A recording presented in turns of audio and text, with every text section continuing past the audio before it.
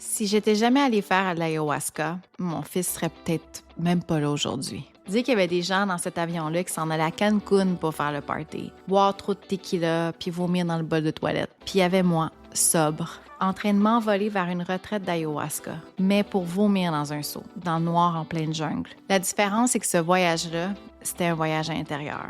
Et honnêtement, j'étais pas prête à ce que j'allais découvrir.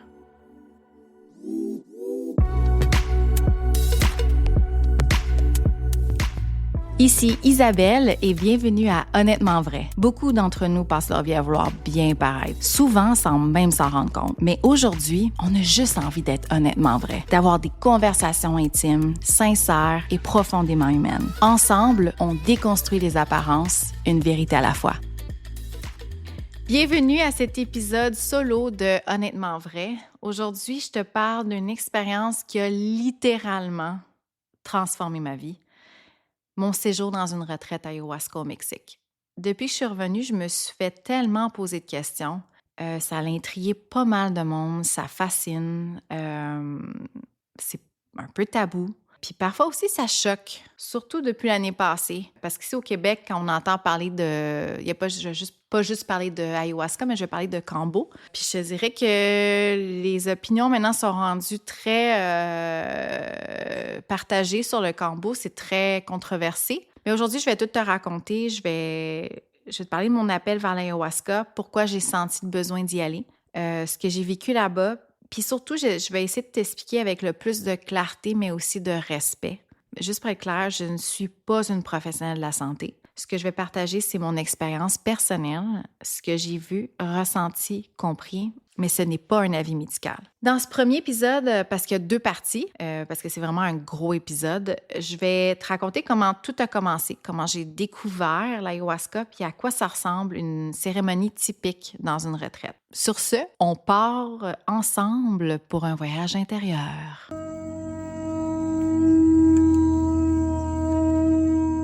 Comment j'ai découvert ayahuasca?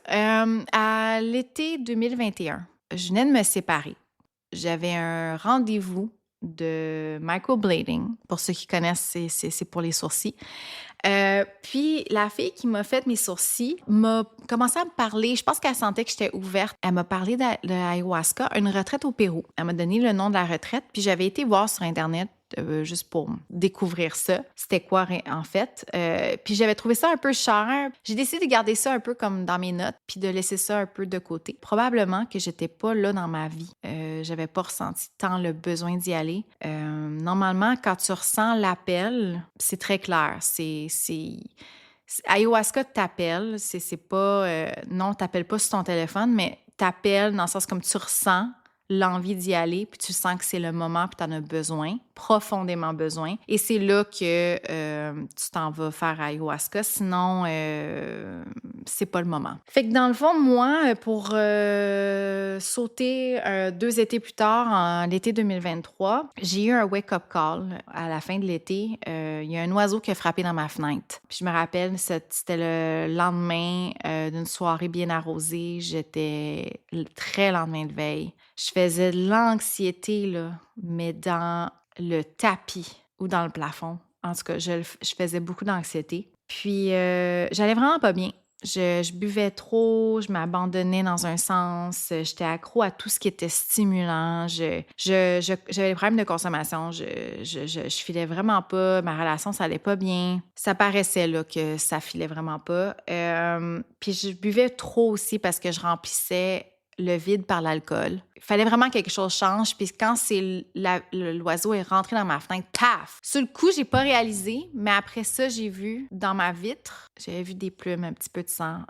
J'aime pas trop ça, là, ça me... Oh, j'aime pas ça quand... Je sais même pas s'il est mort, je l'ai jamais retrouvé en bas, mais ça m'avait vraiment profondément marqué. Pour dire, j'ai l'impression que c'était comme un message que l'univers m'envoyait puis me disait genre « Get your shit together ». Parce que là, ça va vraiment pas bien, ton affaire. Parce que là, je pense que tu t'en vas, tu coules. Puis je me rappelle aussi que j'avais beaucoup de pensées intrusives, beaucoup de choses remontaient à la surface. Ma relation me trigger comme tellement beaucoup de trucs que ça remontait à la surface. Fait qu'il y avait de quoi qu'il fallait qu'il change. J'avais booké des vacances en octobre.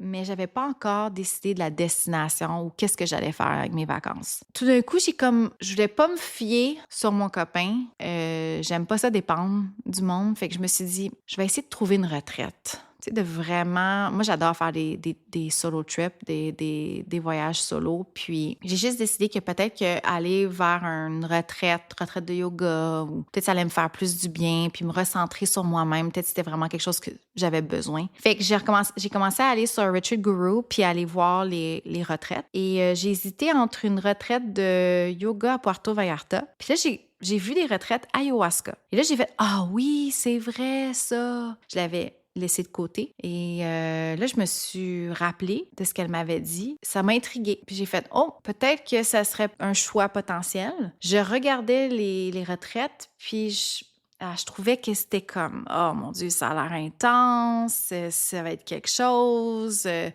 suis-tu prête à ça? » Mais on dirait plus que je réfléchissais, plus que je pensais à Puerto Vallarta, je me disais « Oh my God, ça peut être nice. » Puis là, je repensais aux retraites ayahuasca, puis là, je me disais « On dirait qu'il y a quelque chose à l'intérieur de moi qui me dit « Faut que tu ailles faire ça. » J'étais pas capable de le shaker, j'étais pas capable de... C'était vraiment « Faut que j'aille essayer ça. » Alors, j'ai décidé de booker. Ça tombait vraiment bien. La retraite tombait en plein dans mes dates que j'avais bookées à la job. Fait que j'ai booké la semaine de retraite juste avant de me coucher. Je me rappelle, c'était pour ceux qui savent, j'en ai parlé dans mon intro, mais le chiffre 22, c'est important. J'ai décidé de le booker le 22 septembre. Et j'ai jamais dormi la nuit, je pense. J'ai tellement bad trippé. J'ai comme eu le guts de peser sur « je le book », mais après ça, je me suis couchée, puis j'ai genre fait « dans quoi je me suis embarquée? » Et là, c'est là que l'anxiété m'a pognée solide. Puis là, j'ai fait « oh mon Dieu », j'ai regretté. Je me disais « oh mon Dieu, c'est où je m'en vais? Mais qu'est-ce que je m'en vais faire là? Ça n'a pas d'allure. Oh my God, à quoi j'ai pensé? » Mais j'avais juste envie de reculer. Puis aussi, juste dire, je trouve ça drôle parce que j'étais obsédée dans ce temps-là. Vu que j'ai booké mon billet d'avion dans la période des ouragans. Mais moi, j'étais tout le temps sur National Hurricane Center. C'est un peu comme ça que c'est drôle, là. C'est une belle anecdote, mais c'est de même que j'ai réalisé que j'avais fait le bon choix. Quand j'ai vu, parce que là, je surveillais les ouragans, puis la formation des ouragans pour voir est-ce que quand je vais partir, il y en a une qui va frapper, ça va juste défaire mes plans, dans le sens comme ça se peut que je pourrais même pas y aller. Tu sais, je m'imagine des scénarios. Il faut vraiment que j'y aille à cette retraite-là. J'espère que ça va pas bousiller. Mais en même temps, c'était vraiment... J'étais intriguée aussi, j'étais fascinée par comment ça se passait avec les ouragans. Et là, je vois qu'il y a un ouragan qui se forme. Quand même un ouragan à vraiment une bonne intensité qui s'est formé dans l'océan Pacifique et qui s'en allait tout droit vers Puerto Vallarta. Normalement, c'est plus sur la côte est. J'ai fait « oh my God ».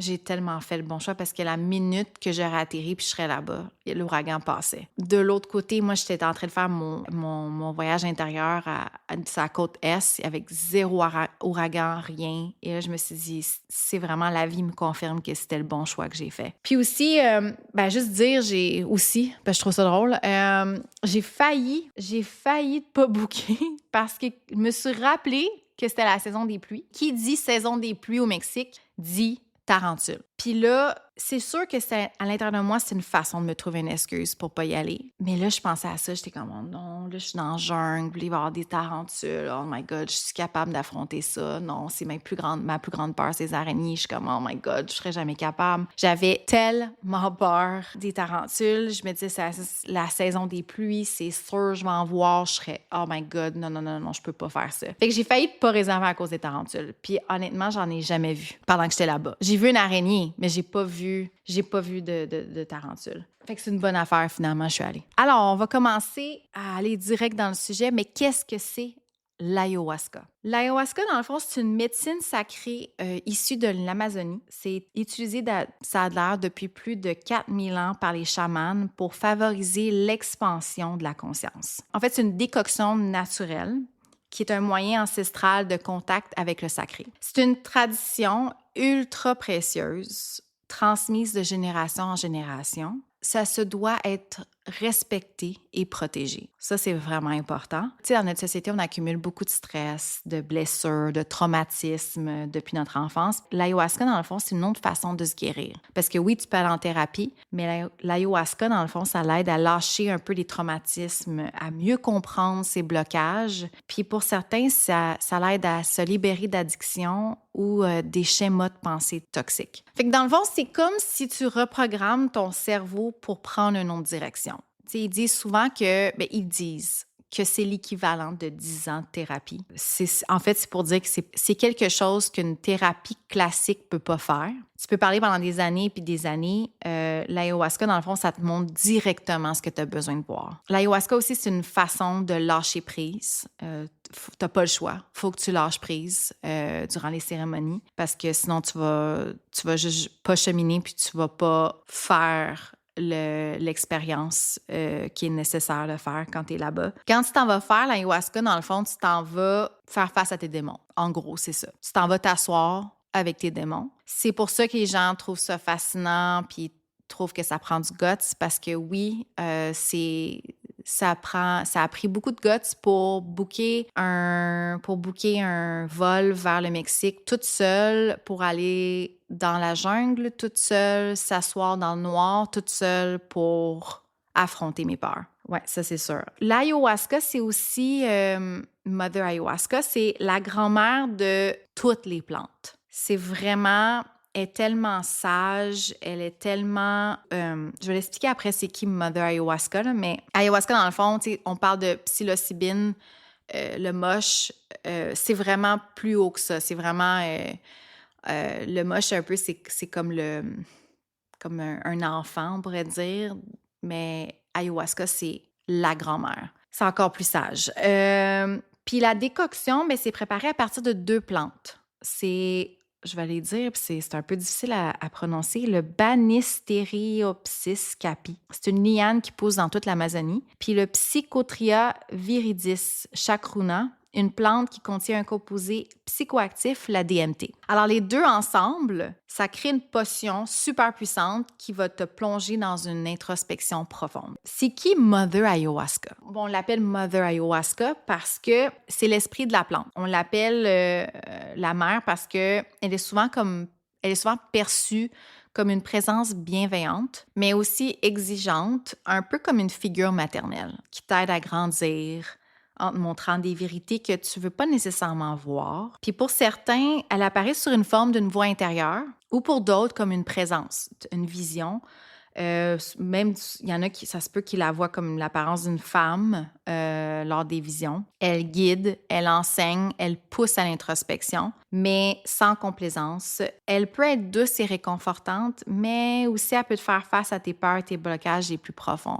Elle fait du tough love. Pour moi, la façon qu'elle s'est manifestée, c'était vraiment plus comme une voix intérieure. Je me disais, c'est pas une personne qui me parle, c'est moi-même qui se parle. Puis j'ai réalisé qu'en fait, c'était elle qui parlait à travers moi. Fait que je me parlais à moi-même, mais c'était elle, dans le fond. Juste pour dire, pour moi, elle a été douce avec moi la première cérémonie, mais la deuxième, elle a été vraiment plus rough avec moi. Ils disent aussi qu'elle est tellement wise, elle est tellement sage qu'elle sait le nombre de cérémonies que tu vas faire. Fait que dans le fond, c'est comme si elle est capable de gager un peu, la première, c'est quoi qu'elle a besoin, la deuxième, etc. Fait que ça a un peu été comme ça pour moi, ça a été doux, puis après ça a été bang! Elle m'a rentré dedans solide. Ma deuxième cérémonie, c'est sûr, ça a été la plus terrifiante. Vraiment, vraiment la plus terrifiante En fait, j'avais 3 cérémonies, mais j'avais 2 cérémonies ayahuasca, une de peyote. Aussi, on t'invite aussi à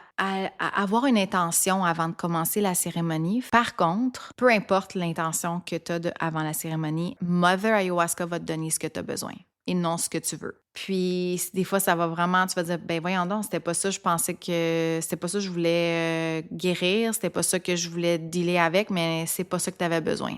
Elle a décidé que exemple, telle affaire, c'est beaucoup plus important que le reste, puis c'est ça que tu dois dealer avec. Comment se déroule une cérémonie typique? Pour la façon que ça se déroule pour une cérémonie typique, on s'entend que c'est très difficile d'expliquer une expérience ayahuasca. Si tu l'as jamais vécu, si tu n'es jamais assis avec ayahuasca, c'est presque impossible de lui rendre justice.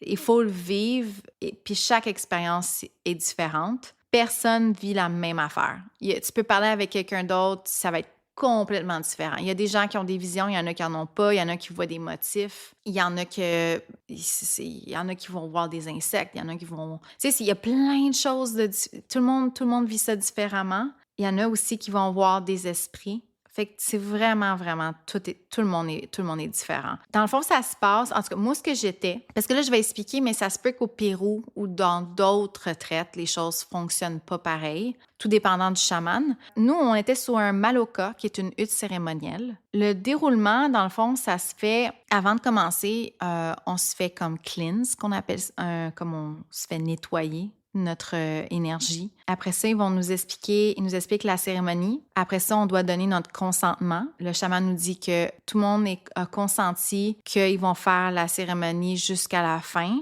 et tu n'as pas techniquement plus le droit à partir de ce moment-là d'abandonner l'expérience. C'est interdit d'aller à sa chambre. Fait qu'il fallait jamais... On pouvait se promener autour du maloka, mais on pouvait... Mettons, il y avait une piscine à côté, fait qu'on pouvait tourner autour, mais on pouvait jamais sortir, là, aller à l'extérieur plus loin que, mettons, ou les chambres.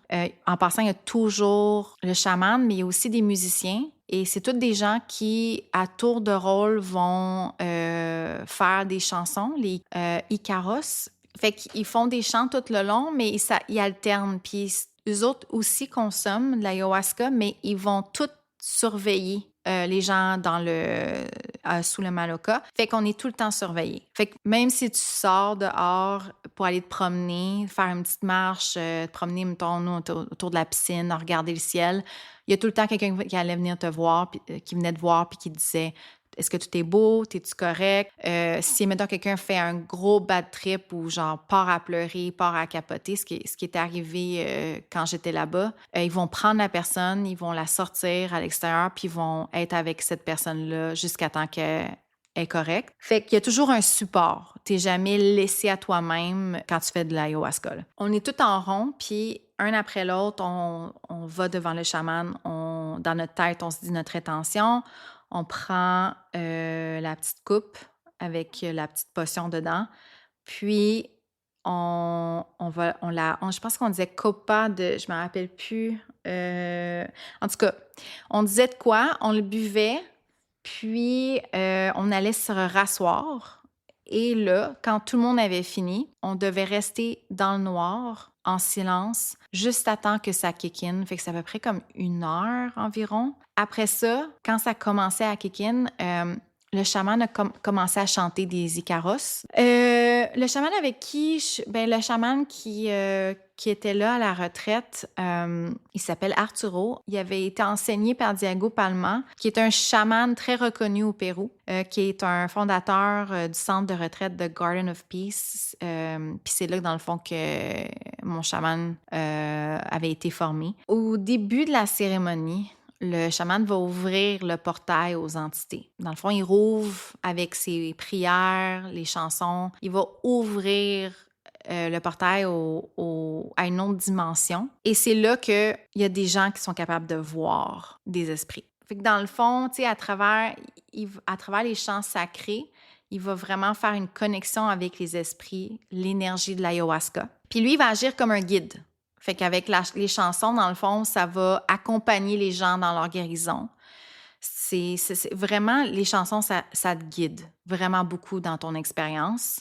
Il va créer vraiment un espace où les esprits bienveillants, les ancêtres ou les énergies de guérison peuvent entrer pour nous accompagner, aider les participants à nous aider aussi dans notre voyage intérieur. Fait que, d'où l'importance d'avoir un bon chaman, parce que c'est lui qui va vraiment partir l'énergie, qui va vraiment donner le ton à la cérémonie et l'énergie, la bonne énergie positive que tu as besoin pour faire la guérison. Si tu as un mauvais chaman, ça se peut que tu as un bad trip, ça se peut aussi que tu n'as vraiment pas le bon guide ou les bonnes énergies pour t'aider dans ton cheminement. C'est aussi le pourquoi il faut rester sous le Maloka, parce que en dessous de ça, c'est comme si t'es un peu protégé puis t'es en sécurité. À l'extérieur, t'es plus vulnérable aux énergies extérieures. J'ai entendu une histoire comme quoi qu'il y avait une fille qui avait pas voulu faire la deuxième cérémonie ou quelque chose comme ça, puis elle est restée dans sa chambre.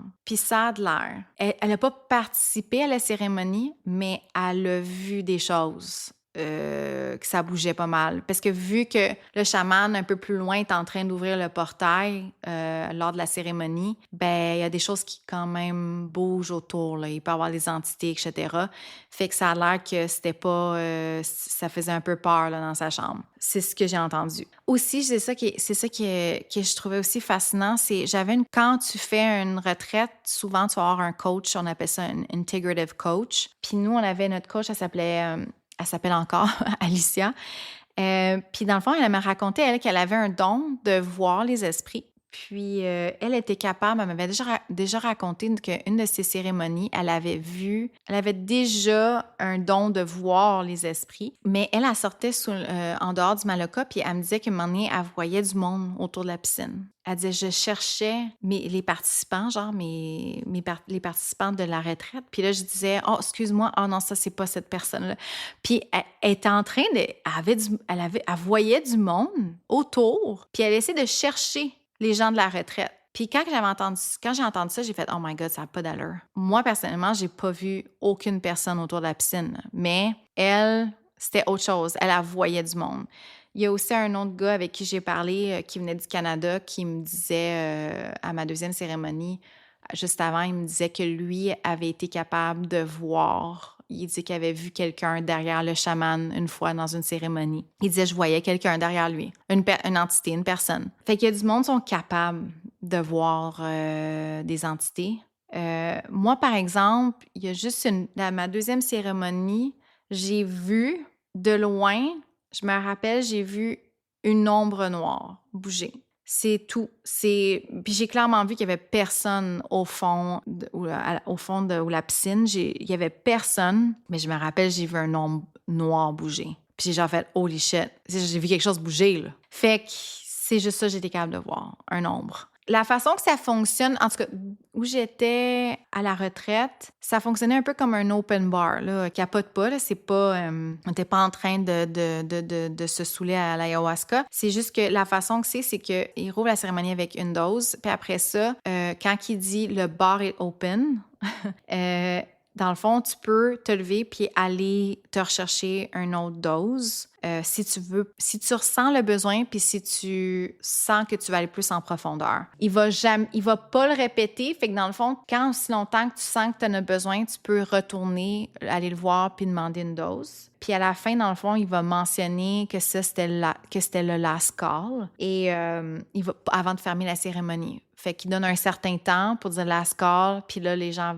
ils vont s'ils ressentent le besoin. Ou sinon, tu peux arrêter à une dose. Tu peux en faire 2, tu peux en faire 3. Moi, normalement, j'en ai fait 3 à chaque fois. Mais la deuxième fois, c'était plus intense, ouais. Il y a aussi le râpé. Le râpé, dans le fond, ils m'ont offert du râpé au début de la cérémonie, puis aussi pendant. À chaque fois qu'il rouvrait il faisait le open bar, dans le fond, il rouvrait dans le fond, dire OK, vous pouvez revenir chercher une autre dose. Il y avait 2 filles qui s'occupaient de faire le râpé. Dans le fond, c'est vraiment dégueulasse, le râpé, en passant. C'est une poudre de tabac sacré qui est mélangée à des plantes médicinales. Et puis, ils te rentrent le petit tube dans la narine, puis ils te soufflent ça dans la narine. C'est intense. Ça pique fort, ça peut te faire pleurer, mais ça clarifie vraiment l'esprit, puis ça te ancre dans le moment présent. Fait que ça fait juste te pousser un petit peu plus dans ton expérience si tu ressens le besoin. Fait que c'est vraiment une option pour aussi se recentrer avant de continuer l'ayahuasca ou de te préparer mentalement ou juste te renforcer la connexion à l'expérience. Environ 1 heure avant la fin de la cérémonie, ils vont allumer un feu au centre du Maloka. Puis là, l'énergie change complètement. Parce que là, au début, t'es dans le silence, t'es dans le noir. Après ça, la musique commence. Là, ça te guide à travers ton expérience. Tout le monde vit leur moment. Et là, quand ils rouvrent le feu, au milieu, ben là, on voit plus, on voit tout le monde. C'est plus clair, c'est plus animé, c'est plus chaleureux aussi que être tout seul dans ton trou, dans ton coin, dans le noir. Et là, il y a plus un esprit collectif qui rentre en compte. Les chants, dans le fond, les chants deviennent vraiment plus intenses. C'est plus vibrant. Il y a comme un regain, il y a comme un regain d'énergie dans l'air. La vibe change vraiment. Puis c'est à ce moment-là que les gens peuvent se lever, danser, bouger, tourner, danser autour du feu, s'ils sentent le besoin. Puis l'expérience, c'est ça, ça devient plus collective. On se sent un petit peu plus connecté parce que normalement, c'est très introspectif, c'est très tout seul avec toi-même. Mais là, tu sais, tu peux connecter avec les gens autour de toi. Avec l'ayahuasca, dans le fond, tu es sur une diéta, mais la journée même, tu arrêtes de manger autour du lunch. Puis je me rappelle, ils nous avaient servi juste de la soupe. Tu fais que tu déjeunes, tu manges de la soupe. Puis après ça, tu dois jeûner jusqu'à temps que la cérémonie se termine, ce qui est autour de... Normalement, moi, mon expérience à moi, c'était 3-4 heures du matin. Et puis, à la fin, dans le fond, ils nous offrent des fruits. Fait qu'ils amènent genre plein de bacs de fruits. Puis t'as tellement faim, là, que... Aïe, aïe! C'est délicieux, les fruits. Là. C'est débile dans la bouche. Là. C'était tellement bon, ça n'avait pas d'allure. C'était juteux. C'est les meilleurs fruits que tu as jamais mangés de ta vie. Puis là, c'est ça, c'est à ce moment-là aussi que tu commences... à la fin de la cérémonie, tu commences à débuzzer. Fait que tu es pas mal correct rendu au moment où tu manges tes fruits. Puis là, c'est là que tu commences tranquillement à jaser avec les gens. Puis là, tu peux rouler ton tapis puis t'en aller. Justement, la diéta, il faut que tu fasses une diéta genre avant, pendant, puis après. Ça dépend beaucoup de chaque retraite. Il y en a qui sont plus stricts que d'autres. Il y en a qui ça peut être 2-3 semaines avant. Il y en a qui ça peut être juste une semaine. Il y en a qui ça peut être quelques jours. Où est-ce que j'étais, c'était vraiment plus comme une semaine avant. Il fallait faire attention. Je pense que c'était beaucoup... Tu manges très végétarien, fruits et légumes. Faut pas que tu fumes. Faut pas que tu bois d'alcool, faire de la drogue, pas de porc. Pas lire les journaux, les réseaux sociaux, pas de sexe, pas de masturbation. C'était vraiment assez strict. Là-bas aussi, tu es sur la diète. Puis après ça, ben, je pense qu'il y a certaines retraites qui te recommandent fortement de continuer. Mais c'est aussi pour continuer à te sentir un peu comme plus purifié, clean, qu'on pourrait dire. Ça vraiment, tu te sens tellement bien après que tu as juste envie de continuer à bien manger. Mais l'idée, dans le fond, de la diète, c'est que plus ton corps est propre, et léger, plus l'ayahuasca agit en profondeur. C'est vraiment pour comme purifier ton corps pour qu'il soit vraiment plus réceptif à l'ayahuasca. Si tu manges trop avant la cérémonie, c'est sûr que ton corps va passer son temps à digérer au lieu de se concentrer sur l'expérience. Fait que d'où le pourquoi faut faire un jeûne le jour même. Alors, c'est déjà tout pour cet épisode d'aujourd'hui. La partie 2 s'en vient la semaine prochaine. Puis là, je me demandais, toi, est-ce que tu as déjà vécu l'expérience de l'ayahuasca? Tu peux venir m'en jaser en DM ou en commentaire sur Instagram à Isabelle Péquin. Ou honnêtement vrai, ça me ferait vraiment plaisir de connaître ton expérience. En plus, c'est toujours le fun de connecter avec des gens qui ont vécu la même chose que toi. Si l'épisode t'a plu, partage-le avec quelqu'un que ça pourrait intéresser. Ce serait super apprécié. Ça m'aide beaucoup à faire découvrir le podcast. Et reste à l'écoute parce que dans la prochaine partie, pas la partie 2, je vais te raconter vraiment plus en profondeur mon expérience personnelle avec l'ayahuasca, le kambo, le peyote, puis vraiment toute la retraite au complet, puis comment ça a vraiment changé ma vie. Merci d'avoir été là et à la semaine prochaine.